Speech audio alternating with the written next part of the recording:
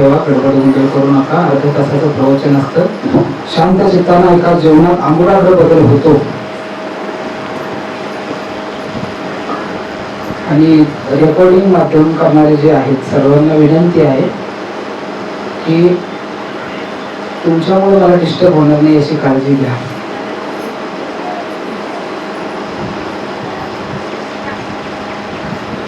मनुष्याजवळ जे असतं त्याची त्याला किंमत नसते, आणि जे नाही त्याच्यासाठी माणूस पळत असतो. त्याचं उत्तम उदाहरण म्हणजे तुम्ही सगळे प्रवचनाला आलायत ऐकायला, तुम्ही बसलाय, तुम्ही वाट बघताय प्रवचन कधी चालू होईल. आणि आमच्या सेवेकरांना चिंता समाजाची. अखंड विश्व महाराजांना कधी बघेल, आता त्यांचं प्रेम आहे त्याच्यासाठी माझं. ते प्रेमासाठी सर्व गोष्टी त्याग असतात, पण सर्वांपर्यंत प्रवचन कसं पोहोचवावं हा त्यांचा उद्देश आहे, आणि तो चांगलाही आहे. असो, सर्वांनी आपले जे कर्णपिशाच आहेत म्हणजे तुमचे मोबाईल ते थोडे बधीर करून ठेवले, म्हणजे सायलेंट करून ठेवले, तर कडेला बसलेल्यांवरती तुमचे भयंकर उपकार होतील. तुम्ही आमूलाग्र वेळ काढून या ठिकाणी येता, तर जो वेळ आपण दत्त महाराजांसाठी काढलाय तो प्रामाणिकपणे त्यांना दिला, तर ते आपल्या जीवनात बदल करतात म्हणजे करतात. त्या पद्धतीनं प्रवचन ऐकताना, आणि माझं प्रवचन कधीच असं जुनाट कथा पुराण त्याच्यावरती तुम्ही बोर होता असं अजिबात नाही. प्रॅक्टिकल जीवन, त्या जीवनावरती चालू घटना, त्याच्यातून तुम्हाला काय मिळेल आजसाठी उद्यासाठी यावरती बोलण्याचा माझा मानस असतो. त्या कारणे लहानातील लहानापासून वयोवृद्धापर्यंत समजावावं अशा पद्धतीचे विषय मी घेत असतो. तर आज प्रवचनाचा विषय सुरुवात करण्यापूर्वी आपण एका डबक्यात राहतो याची आपल्याला कल्पना नाही. ती कल्पना आज करून द्यायची. आपलं हिंदू वर्ष किती दिवसांचं आहे? किती दिवसांचं आहे? शाळेत गेला का नाही तुम्ही? 365. बरोबर, 365 दिवसांचं एक वर्ष आहे. आपलं एक वर्ष तेव्हा देवाचा एक दिवस. गणित लक्षात घ्या, गडबड करू नका. गणिताचे गणित लक्षात घ्या म्हणजे लक्षात येईल तुमच्या. आपलं एक वर्ष म्हणजे देवांचा 24 तासाचा एक दिवस, अशी गणिती असते. मग 24 तासामध्ये रात्री किती तास? सरासरी 12 तास. 12 तास दिवस म्हणजे देवाचा दिवस किती तास? 12 तास. आणि 12 तास दिवस. वर्षामध्ये महिने किती? 12. मग आता देवाची दिवस किती महिने असणार? 6 महिने. आणि 6 महिने रात्र. म्हणजे आता तुम्ही बरोबर मुद्द्यावर आणता की 6 महिने असतोय देवाचा दिवस आणि 6 महिने असते देवाची. आजपासून देवाची रात्र सुरू होते. आज दक्षिणायन आहे. सूर्य आजपासून दक्षिण दिशेला प्रवेश करून दक्षिणेच्या दिशेने पुढील 6 महिने जातो, याला दक्षिणायन म्हणतात. आणि ज्या वेळेस तो मकर राशीमध्ये येतो, मकर संक्रांती होते, तिथून पुढे तो उत्तरायणात जातो, उत्तर दिशेने प्रवास चालू करतो. ह्या 2 आयनांना म्हणतात उत्तरायण आणि दक्षिणायन. आज चालू होते 21 जूनला दक्षिणायन. म्हणजे हा जो सूर्यनारायण आहे हा आजपासून हलकेच फिरता फिरता जी काही त्याची प्रदर्शन आहे ती करता करता दक्षिण दिशेला जाऊ लागतो. म्हणजे आजपासून देवांची काय होते? थोडक्यात रात्रीचा कालावधी. म्हणून सांगतात उत्तरायणामध्ये शुभ कार्य करावी. वास्तुशांती असेल, देवाची स्थापना असेल, देवाची प्रतिष्ठापना असेल, त्याच पद्धतीने विहिरी खणणे असतील, शेत पेरणे असेल, अनेक कार्य उत्तरायणात केली तर उत्तरोत्तर प्रगती होते. दक्षिणायनात केली दक्षिण रात्र झाल्यावरती सत्ता कोणाची? भूत प्रेत पिशाच यक्ष गंधर्व या सर्वांची रात्रीवरती सत्ता आहे. म्हणजे आजपासून कालावधी कोणाचा चालू होतोय? तर ह्या सर्वांची मोकळीक असते दक्षिणायनात 6 महिने. म्हणून आपल्या हिंदू धर्मामध्ये ह्या 4 महिन्यामध्ये चातुर्मास पाळण्याची पद्धत आहे, जी आता फक्त जैन धर्मामध्ये पाळली जाते. चातुर्मासात बाहेरचं अन्न खाल्लं जात नाही, कांदा लसूण पूर्णपणे वर्ज्य केला जातो. अनेक गोष्टी. मी एक थोडी गोष्ट सांगितली ती का, तर जर आपण वैज्ञानिक बाजूने गेलो तर हा पावसाळ्याचा कालावधी. तर ह्या कालावधीमध्ये रोगराई जास्त उद्भवली जाऊ शकते, अनेक गोष्टी होऊ शकतात. म्हणून पोट हे कायम उष्ण राहिलं पाहिजे. या कालावधीमध्ये पोटामध्ये इतकी भयंकर उष्णता आहे, काहीही पचून काढली जाते. चातुर्मासात बाहेरचं अन्न खाल्लं जात नाही, कांदा लसूण पूर्णपणे वर्ज्य केला जातो. अनेक गोष्टी आहेत. मी एक थोडी गोष्ट सांगितली ती का, तर जर आपण वैज्ञानिक बाजूने गेलो तर हा पावसाळ्याचा कालावधी. तर ह्या कालावधीमध्ये रोगराई जास्त उद्भवली जाऊ शकते, अनेक गोष्टी होऊ शकतात. म्हणून पोट हे कायम उष्ण राहिलं पाहिजे. या कालावधीमध्ये पोटामध्ये इतकी भयंकर उष्णता आहे, काहीही पचवू शकते. आपलं पोट, मानवी पोट, ह्याच्यात पचवण्याची शक्ती किती आहे? अवजी कोंबडी आपण बघत असतो, दुसऱ्या दिवशी ती पचली जाऊ शकते. एवढं सामर्थ्य माणसाच्या पोटातल्या अग्नीमध्ये. त्या पद्धतीनं पोटामध्ये अग्नी जास्त प्रमाणात राहावा दक्षिणायनामध्ये, त्या कारणे हा दक्षिणायन चालू होते. मग याच्यामध्ये एक उत्तम अशी कथा किंवा दक्षिणायनाचं महत्व आहे. कथा समजून घ्या. काही ना कथा लक्षात येत. कथेमध्ये पुराण कथा नाही, पुराण कथाच आहे, पण त्याच्यातून आपल्याला आत्ताच्या जीवनात काहीतरी घ्यायचंय.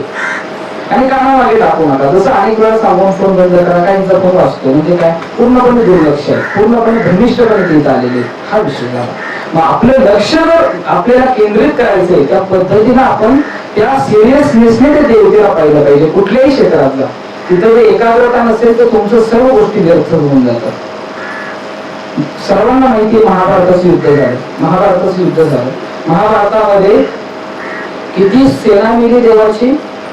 18 अक्षोणी. याचं गणित माहिती आहे तुम्हाला?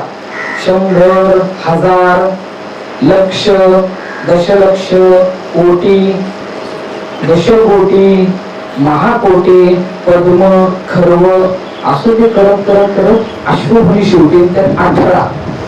म्हणजे किती माणसं मिली असतील? हा सगळा लाईव्ह टेलिकास्ट. अंध कोण होता? धृतराष्ट्र आंधळा होता, त्याला दिसत नव्हतं. मग संजयाला देवानं दृष्टी दिली, त्याला ते युद्ध बघायचंय. मग तो हस्तिनापुरात तिथे बसून हा लाईव्ह टेलिकास्ट सगळा संजय सांगत होता की तुझा एक मुलगा मेला, आज भीष्म पितामह गेले, आज गुरुद्रोण गेले, हे सगळं ऐकत होता. आणि संजय सगळं बघत होता आणि सांगत होता. अख्खं महाभारताचं युद्ध झालं. संजय, आपण एखादा चित्रपट बघून बाहेर आल्यावरती काही वेळ त्या फेज मध्ये जातो. आता हा सर्व चित्रपट महाभारताचा, इतकी माणसं मेले, इतक्या गोष्टी घडल्या, त्या संजयाने ते सर्व पाहिलं, त्याच्या मनावरती विपरीत परिणाम झाला. तुम्हाला ही जागा मला बघायची, ही जागा मला प्रत्यक्षात जाऊन बघायची. कुरुक्षेत्रावरती कधी गेला, आजही तिथल्या मातीचा रंग लाल आहे. हरियाणातली माती काळी आहे, कुरुक्षेत्रातली माती लाल आहे. इतकं रक्त त्यावेळेस त्या वेळीवरती सांडलेलं. संजय तिथं आला. अख्खं ते कुरुक्षेत्र रक्तानं भरलेलं, रक्ताचे पाठच्या पाठ वाहत आहेत, कुठं हाडा माणसाचे गोळेच्या गोळे पडलेत, अशी प्रेत पडलीत, चालता येत नाही, इतकं रक्त साचले. मातीचा आणि रक्ताचा चिखला तुळवत संजय पुढे आला. मातीचा आणि रक्ताचा चिखल झाला होता, तो तुळवत संजय पुढे आला. आणि ते पुढे येता येता येता ते सर्व पाहतोय. हे सर्व पाहताना त्याचं मन इतकं द्रवित झालं, म्हणजे इतकं त्याला दुःख झालं की आज हे रक्त तुळवले, हे आज माझ्या बंधूंचं, मुलाचे, आज हे लोकांचे, हे सर्व पाहत पाहत अति दुःखी मन झालं त्याचं. इतकं दुःखी झालं, त्याच क्षणी सूर्य मावळत होता आणि सूर्याच्या पश्चिम दिशेतून भगव्या रंगाची शाल घातलेला एक वृद्ध म्हातारा तिथे आला. संजयाला अति प्रश्न पडला, इतके सगळे लोक गेले, एवढा सर्व व्याप झाला, आणि हा म्हातारा जिवंत कसा? कोण आहे हा? तो म्हातारा जवळ आला आणि तो संजयाला सांगू लागला. त्याने सांगितलं, त्याने म्हाताऱ्याने संजयाला विचारलं, तू सगळं महाभारत तिथं बसून पाहिलंस, तू काय घेतलं याच्यातून? तो म्हणला, फक्त हिंसा हिंसा हिंसा. संजय म्हणाला. त्यावेळेला तो वृद्ध म्हातारा म्हणाला, तू अति चुकलास, तू चुकीच्या गोष्टी घेतल्यास, तुला हिंसा दिसते. पण महाभारत तुझ्या शरीरातलं मी तुला समजून सांगतो. महाभारत तुझ्या मांस कापायचं, सळी घालायची, त्याला निखार लावायचं, मिठी मसाला लावायचा, त्याला गरम करायचं, ते तसंच ठेवायचं. त्याला काय म्हणते? खाल्लंय काय? शोरमा. काय खातोय आपण, जिभेसाठी पागल झाले माणसं, काही खातात. स्पर्श, वासनेसाठी पागल झाले, स्पर्शासाठी पागल झाले, गंधासाठी पागल झाले, पंचेंद्रियासाठी माणसं वेळी झाली. आणि हे पंचेंद्रिय ज्याला आवडायला जमले तो श्रीकृष्ण त्याला भेटला. हे पंचेंद्रिय शरीरातले ते 5 पांडव आहेत आणि या 5 पांडवांना छळायला अनेक शत्रू, ते म्हणजे सगळे कौरव आणि कौरवांच्या बाजूने उभे राहिलेले सत्यगुणी माणसं सुद्धा. मग त्याच्यामध्ये विचारलं त्या संजय ते वृद्ध म्हाताऱ्याला, हे 5 पांडव म्हणजे पंचेंद्रिय, मग मला सांगा कौरव कोण आहे?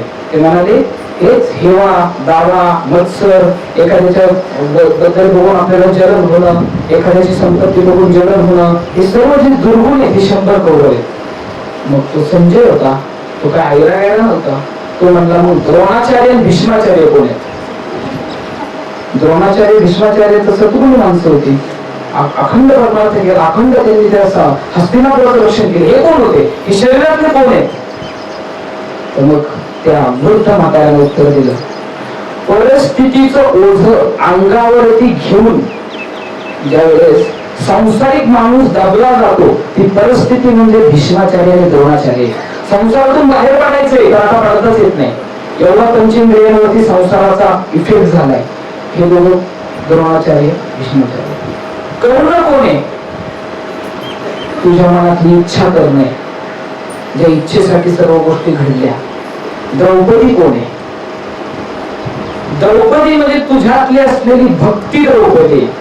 जो वस्त्र फेडतोय त्याच्या हातापाया नाही पडली, जो वस्त्र फेडतोय त्याच्या हातापाया नाही पडली, तिथे बसून सदैव त्या भगवान कृष्णाला आपल्या भावाला हात मारली. ही तिची श्रद्धा आणि भक्ती, त्याच्यासाठी देवाला तिथून वस्त्र द्यावी लागली. इथे ही भक्ती आहे. आणि आजकाल माणसांची भक्ती कशी झाली? सोमवारी हे महादेवाचं स्टेटस, सकाळ सकाळ पिंड वगैरे छान, मंगळवारी देवी मारुती, बुधवारी विठ्ठल, गुरुवारी दत्त महाराज, शुक्रवारी राहिली साहिली काळूबाई अंबाबाई, शनिवारी शनिदेव मारुती, बजरंग वगैरे खंडोबा, जय मल्हार. संध्याकाळी ही भक्ती. पण द्रौपदीने अशी भक्ती नाही केली. आळवलं त्या कृष्णाला, जसं का आळवलं त्या भक्तीसाठी देवाला पाणी भरावं लागतं. दिले ना वस्त्र पाठवून. ही भक्ती शिकावी द्रौपदी कडून. नाही सर्व त्यानं ऐकलं. कुणी ऐकलं? संजयाने. कुणी ऐकलं? संजय म्हणला सगळं तुझं पटलं मला, तू कोण आहेस? तू कोण आहेस? सगळ्यातून आपण वाचले एवढं खरंय, तू कोण आहेस? तो म्हणाला मी काळ आहे, मी नियती आहे आणि माझ्या चक्रातून कुणाला सुटता येत नाही. असा वारा आला आणि तो वृद्ध म्हातारा निघून गेला. त्या वाऱ्याच्या झोळकीत ती निघून गेली. शिकवलं 5 पांडव पंचेंद्रिय तुमच्या अंमलात आणली, हृदयात असलेला कृष्ण परमात्मा तुम्हाला दिसतो. हे आजच्या प्रवचनाचं मुख्य वर्णन. हे का सांगितलं? कारण भीष्माचार्याच्या अंगाला केस होते, इतके बाण त्याच्या अंगात लागले, त्याला इच्छा मृत्यूचं वरदान होतं. इच्छा मृत्यू म्हणजे मी ज्या वेळेस बोलेल की आता देवा मला मृत्यू दे, त्याच वेळेस मृत्यू येईल. अशा त्या शय्येवरती, बाणांच्या शय्येवरती भीष्माचार्य झोपले, अंगात बाण. आता सगळेजण 5 पांडव जमले की आता प्राण सोडतील भीष्माचार्य. आणि सूर्य दक्षिण दिशेला प्रवास चालू केला. त्या दिवशी तारीख असेल 21 जून. सूर्यानं दक्षिणायन चालू केलं आणि पितामह म्हणाले इथून पुढचे 6 महिने मी प्राणत्याग करणार नाही.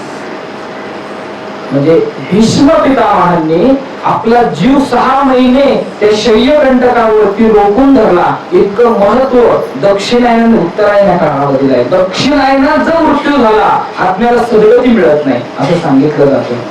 उत्तरायणात जर मृत्यू झाला आत्मा सद्गतीला जातो. दक्षिणायनात जर मृत्यू झाला म्हणजे कधी जून महिन्यापासून साधारण सरासरी डिसेंबर महिन्यापर्यंत तर आत्मा अडकला जातो, पुढच्या योनीमध्ये परत जन्माला येतो. यामध्ये अपवाद फक्त काशीपुरी. काशीमध्ये कधीही मृत्यू होऊ द्या, सद्गती. एकच अपवाद काशी खंडात गेला.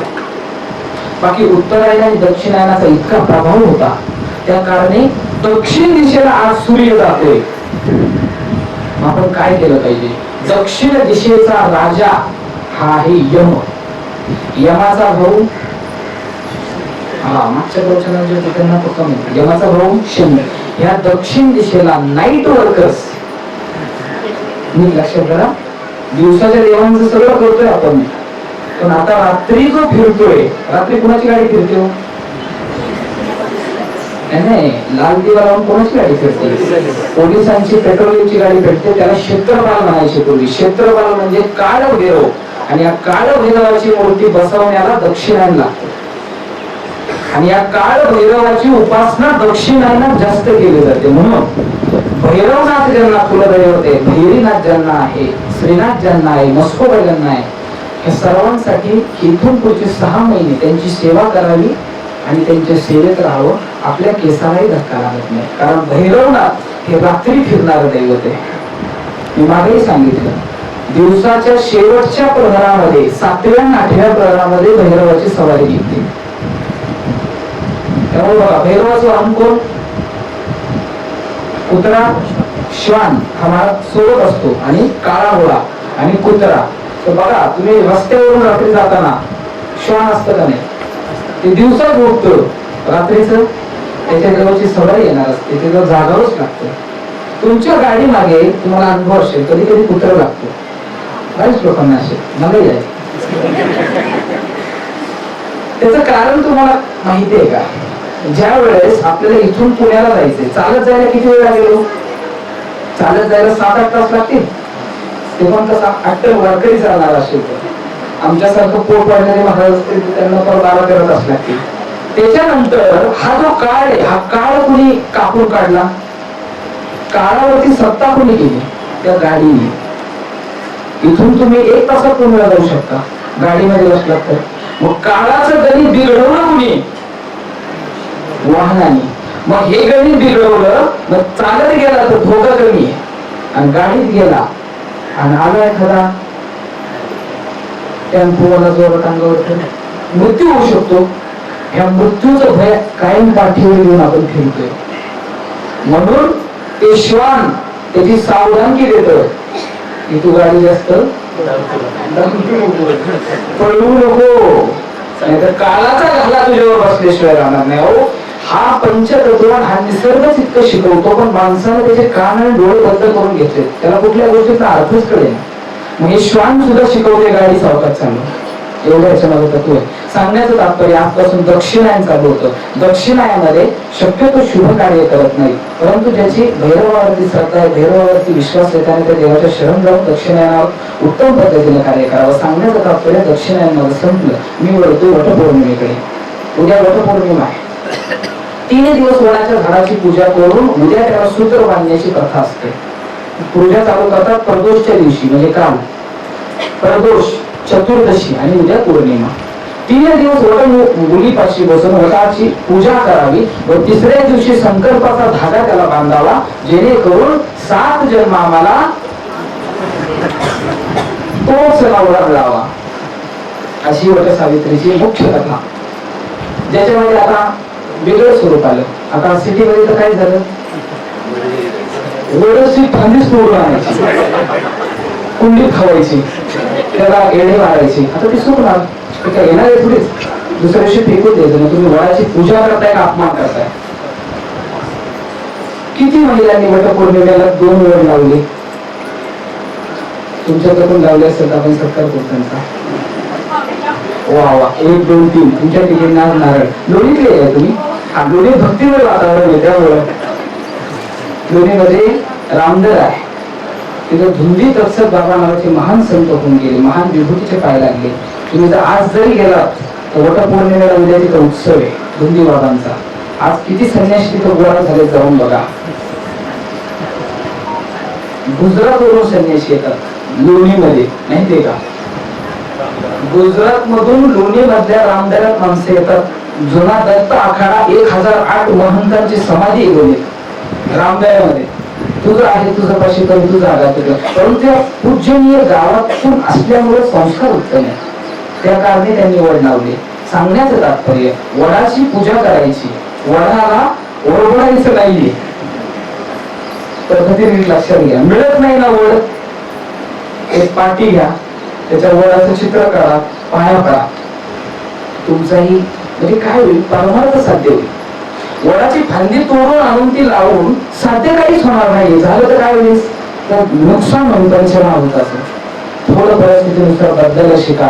श्रद्धा आणि अंधश्रद्धा यातला थोडा राखावा जाणून घ्या. ह्या पंचतत्वाला, पंचतत्व अग्नी, पृथ्वी, वायू, जल, आकाश, ह्यांच्यामध्ये ताकद आहे माणसाला आणि कुठल्याही गोष्टीला नष्ट करण्याची. पंचमहाभूत ताकद आहे.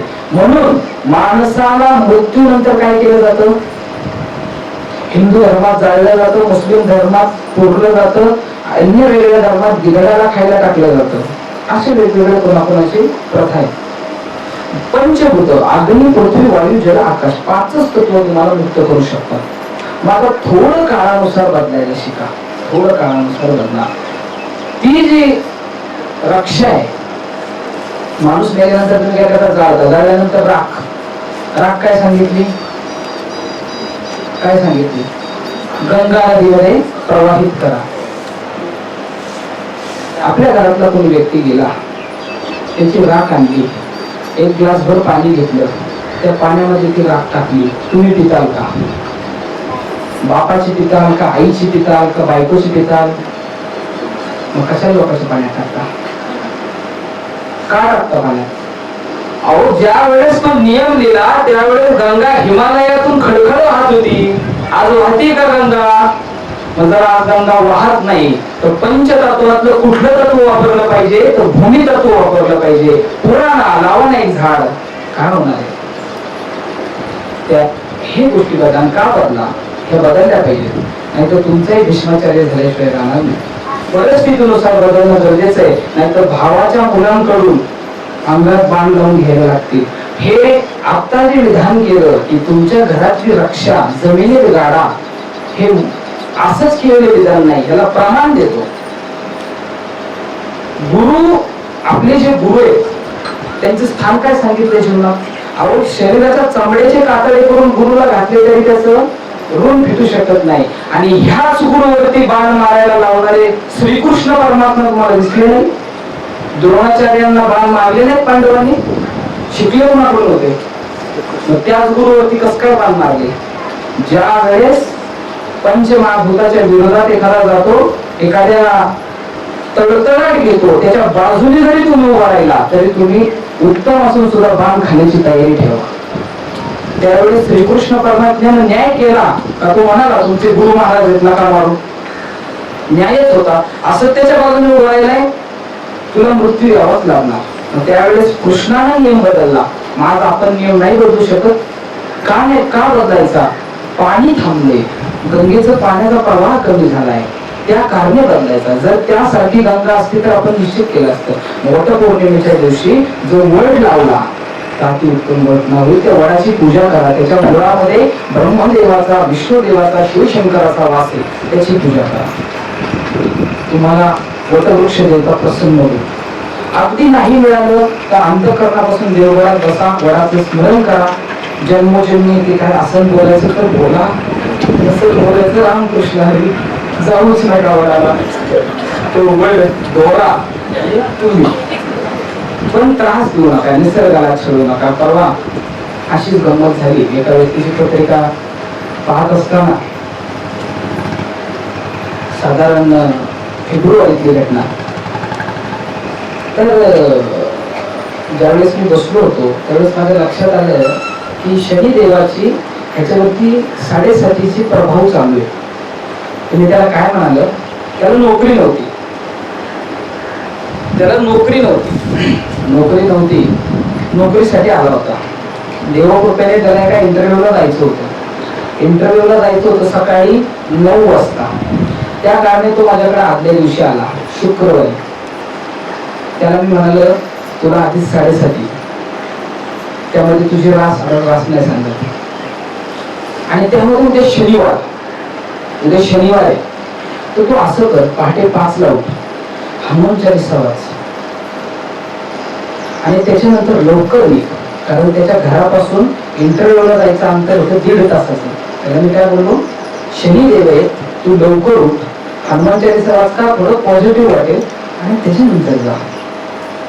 तर तो बहुतेक काहीतरी मेष कसमी होत असेल असावा. तो म्हणाला नाही नाही मी बरोबर निघतो, वेळेत पोचतो, तर तुमच्या बाजूने तुम्ही ताकद लावा फक्त बस. म्हणजे ठीक आहे जा लावतो ताकद. त्याच्यानंतर शनिदेव कोणाचा मुलगा आहे? सूर्यनारायणाचा. सूर्यनारायण जितका कडक त्याचा मुलगा तितका टाईट चालणार ना. मग शनिदेवाला शिस्त किती प्रिय आहे. शनीची 7:30 ज्यांना आहे त्यांनी सूर्य उगवायच्या आधी उठलं तरच प्रगती हा नियम झाला. त्याला मी सांगितलेलं, त्याला ते काय कानामागे टाकलं, त्याला काय त्याच्यात का अहंकार काय होता, माझ्याकडे गाडी आहे आणि त्या गाडीवरती बसून मी 1.5 तासात जो प्रवास करू शकतो तो विनाकारण पहाटे 5 ला उठून मी का करावा. पण आम्ही वेळे का आम्ही सांगायला बसलो म्हणजे ठीक आहे त्याला आशीर्वाद तर दिला थोडासा असा अर्धा जा म्हणलं. गेल्याच्या नंतर दुसऱ्या दिवशी गंमत अशी झाली, तो उठला 7 वाजता वगैरे त्याच्या पद्धतीने तो 7:30 वाजता गाडीवर बसला. बसल्याच्या नंतर शनिदेवाची अवकृपा बघा, सकाळी शनीचा होरा 1 तास, तो एक घरापासून अर्धा अंतर कापला असेल म्हणजे अर्धा तास आला आणि त्याच्या गाडीतलं पेट्रोलच संपलं. आता पेट्रोल बघणं ही किती साधी गोष्ट आहे, पण बुद्धी नाही लागली तर संपलं. त्याच्यानंतर आता बघा त्याला लक्षात झालं माझी त्याच्यानंतर पेट्रोल संपल्यानंतर गंमत, तुमची जर गाडी बंद पडली ना 7:30 वाल्यांची, त्याचा एक परवा तसाच विषय, तुमची जर गाडी बंद पडली ते आता त्याची गाडी बंद पडली, त्याने काय पर्याय केला, त्याने एकाला हात केला, त्याने गाडी तिथंच लावली, त्याच्या मित्राचं काही घर असेल तिथंच गाडी लावली, रोडला आला, हात केला, हात करून एकाच्या गाडीवर बसला आणि एक अर्धा किलोमीटर गेल्यानं गाडीच पंक्चर झाली. कुणाची म्हणजे समजत बघा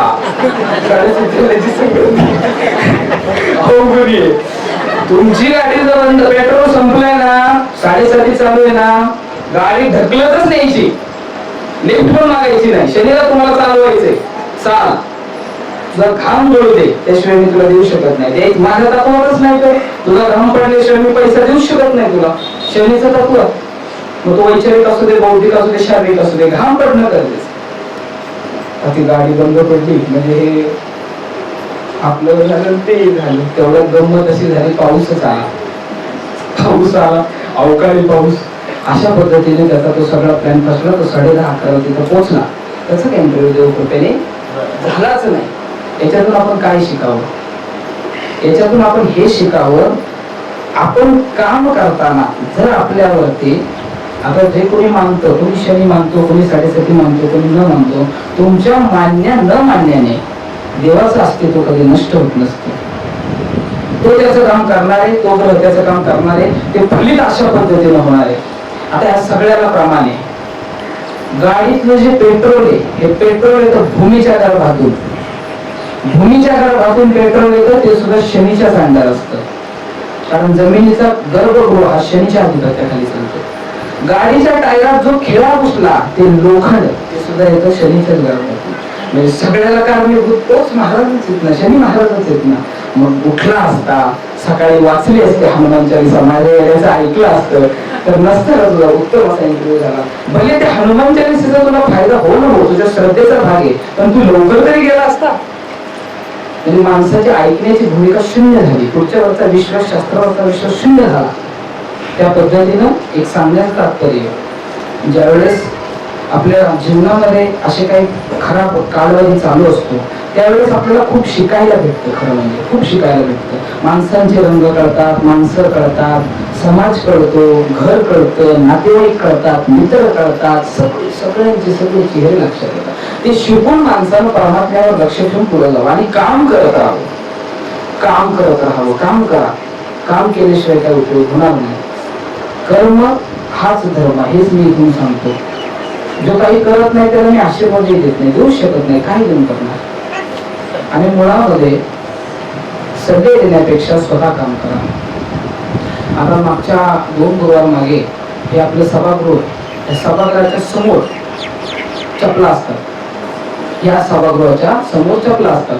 तर त्याच्यानंतर 2-3 जणांचं मला असं सांगणं आलं, महाराज तिथे चपला आहे, तर तातडीनं चपला हाकलायला सांगा लोकांना, बरोबर. पण तू सेवेकरी तर तू जाऊन उचल ना चप्पल. तू माझ्या दारात उचलतोय का त्याच्या दारात उचलतोय? तू कुणाच्या दारात उचलतोय? दत्त महाराजांच्या दारात उचलतोय. तुम्ही सेवेकरी, मी पण सेवेकरीच आहे. तुम्ही ऐकण्याची श्रवण भक्ती करताय, मी बोलण्याची कीर्तन भक्ती करतोय. एवढाच फरक आहे. तुमच्या माझ्यात फरक काय? मला माध्यम बनवले म्हणून थोडा उंच बसलोय, शेवटच्या माणसांना दिसावं म्हणून, बाकी काही कारण नाही. माध्यम आहे म्हणून गादीवरती आहे. तर दुसऱ्याला सांगण्याआधी स्वतः सेवा जाऊन करा, स्वतः ती सेवा करा, तर तो देवी. परत त्याच्याला तुम्ही उचलायला लागल्यावरती चार लोक ज्याचे आहे तो लाजत येईलच ना पडत. तुम्ही स्वतः बदला, स्वतः बदलला तर बाकीच्या गोष्टी बदलतील. दुसऱ्याकडून बदलण्याची अपेक्षा अजिबात ठेवू नका. स्वतः नियमात चाला, स्वतः नियम पाळा. चप्पल तिथं काढू नका. अरे पण कुठे काढायची ते सांग, तो बोर्ड लावा. तीर्थात काय बदल करायचे तुम्ही सेवेकऱ्यांनी ठरवा. समाजाला का त्रास द्यावा? समाजाला का? त्यांना साधन उपलब्ध करून द्या. साधन उपलब्ध केल्यावरती ठेवतील तिथं, काढतील तिथं. त्या पद्धतीने सर्व सेवेकऱ्यांना इथे सांगणं आहे की तुम्ही स्वतःमध्ये बदल करा, स्वतःमध्ये बदल करा. मग पुढचा व्यक्ती त्याच्यामध्ये बदल करेल. आणि असं होत नाही, प्रत्येकाला स्वतःतूनच सुरुवात करावी लागते, त्यावेळेस सर्व गोष्टी बदलतात. तर आजच्या प्रवचनातून हे घ्या की आधी स्वतः शिकावं, नंतर दुसऱ्याला शिकवावं, दुसऱ्याकडून अपेक्षा कमी करावी. जर जीवनात खराब कालावधी चालू आहे तर सतर्क व्हावं, बसून राहू नये. शनी ग्रह आळसाचा कारक नाहीये. आळशी माणसावरती त्रास देण्याचं काम शनिदेव करतो. त्यामुळे त्याच्या साडेसातीला घाबरू नका. ज्या वेळेस तो येतो त्यावेळेस मागच्याच प्रवचनात सांगितलं, एकाच्या घरात नीलम सापडला, नीलमाचा दगड सापडला. एका रात्रीत करोडपती झाला. काय करत होता तो? काहीतरी काम करत होता. एक प्रसंग सांगतो, आजचं प्रवचन थांबवतो. आमच्या गुरु महाराजांनी मला सांगितलेला प्रसंग, ज्यावेळेस मी ज्योतिष शिकत होतो, मध्ये ज्योतिष शिकलो सगळ्यात पहिल्यांदा. एक असा प्रसंग घडला होता. एक व्यक्ती होता, त्याला त्याच्या जीवनामध्ये शनीची साडेसाती चालू होती. शनीची साडेसाती चालू होती. कामात कुठल्या यश येत नव्हतं. खूप करायची मोठी इच्छा होती, पण काही येत नव्हतं यश. त्यावेळेस तो आला, विचारलं काय करावं, किती पैसे. भांडवलाशिवाय तर चालू नाही. भांडवल किती आहे? भांडवल काही नाही, 100-200 रुपये असते. कितीची इच्छा आहे पगाराची? काय पोटा पाण्यापुरता असावा, उत्तम होईल. काय काम करू शकतोस? काही काम करू शकतो. 70 रुपयाचा वस्तारा घे आणि म्हशी बाजार. म्हशी बाजार काढते ना तुम्हाला? म्हशी बाजाराच्या केस काढायची मशीनची सगळी. किती पैसे त्याला आता? आता 200 रुपये 21. तर त्या माणसाला इतकी प्रामाणिकता होती, त्यांनी खरोखर ते काम चालू केलं. पुण्यामध्ये तो ते काम करत होता. पुण्यामध्ये ते काम करत असताना बघा, शनीची देण सांगतो. आता तो विचार करतो किंवा असा मी भोळ्या राशीचा असावा विचार, कारण त्याला जास्त अपेक्षा नव्हती. जे काही येईल त्याच्यामध्ये आपला उदरनिर्वाह करावा, छानपैकी शांत समाधानी करावं, हे करकेच्या लोकांचं गणित. तर त्याला काही अशी जास्त अपेक्षा पैशाची नव्हती. एक आनंद, घरात आनंद असावा, आपल्याला आनंद असावा, मन प्रसन्न असावं, इतका पैसा मिळावा. आणि ज्याला तितक्या पैशाची अपेक्षा आहे तो समाधानी, ज्याला लय हाव लागली तो असं तिथे. तो इतकी प्रेमाने ते माणूस बांधायचा, मांजरे इतकी प्रेमाने की त्याला म्हणजे त्या कामावरती प्रेम, त्याचं म्हशीवरती नाही पण कामावरती प्रेम. तर त्या गोशाळा असेल आणि तिथे त्या काय म्हशी असतील त्यांच्या उत्पादनासाठी, तिथे एक अतिशय श्रीमंत धनिक माणूस आला होता बुलढाण्यातला. त्याचा स्वतःचा त्यांनी गोठा केला होता, गावरान गाईचा गोठा. कशासाठी? फक्त सेवेसाठी. 70-80 गायांचा होता. तो तिथं व्हिजिटला आलता, काहीतरी द्यायला आलता. त्यानं अशीच त्याची नजर गेली तर म्हैस बाजारण्यावरती. तो म्हणला, हा माणूस कोण आहे? ती म्हैस आहे का? एवढी प्रेमाने म्हणतो. त्याला प्रश्न पडला. तो म्हणाला, नाही आपल्याकडे आलेला आहे आणि काहीतरी त्याला 150 रुपये ठरलेले आहेत त्यावेळेस. आता ते मी 2020 सांगतो. काहीतरी त्याला 120-50 रुपये ठरले, त्याच्यावर करतो तो काम. तर त्या तो जो आलेला धनिक माणूस होता, त्याचं इतकं प्रेम बसलं त्याच्यावरती. तो त्याला गेला आणि म्हणाला, तू माझ्या गोठा सांभाळशील का? तो म्हणाला, सांभाळेल की. त्याला पगाराची काय अपेक्षा होती? 10-12 हजार मिळाले तरी आनंद. त्या माणसानं त्यावेळेस 25,000 रुपये पगारावर त्याला काम केलं. फक्त काय बघून? काम करत होता आणि कामावर त्याचं किती प्रेम आहे. म्हणजे शनी देवाला जर तुम्हाला द्यायचंय तो तुमच्या दारात एखादा धनिक पाठवेल, पण कधी? जेव्हा तुम्ही 70 रुपयाचा वस्त्रा घेऊन जशी बाजारताय तेव्हा. जेव्हा तुम्ही घरात प्लॅनिंग करत नाही बसले की माझ्याकडे 1 लाख रुपये आले मी ते हे करेल आणि ते करेल. नो, शनी देऊ शकत नाही. ज्याचा राहू चांगला आहे त्याच्या दारात येऊन पैसा पडतो, ज्याचा गुरु चांगला आहे त्याला गुरु महाराजांच्या कृपेने पैसा मिळतो, पण ज्याचा शनी चांगला आहे त्याला तो स्वकर्तृत्व कमवावा कमवावा लागतो. देतो तो, नाही असं नाही. अगदी म्हणजे 150 रुपये कमवणाऱ्याला महिना 25,000 कमवण्याची ताकद शनी देवाते. एखादी गोष्ट काय आहे? ताकद आहे. ते सांगण्याचं तात्पर्य कर्म करा, त्याच्यातूनच राम मिळेल. स्वतः सुधरा, नंतर दुसऱ्याला सुधरवा. पंचमहाभूताचा समतोल राखा, पंचतत्वाचा समतोल राखा. अग्नी, पृथ्वी, वायू, जल, आकाश यांना त्रास होईल अशी कुठलीही धार्मिक कृती पण करू नका. आजचं प्रवचन इथं संपतंय.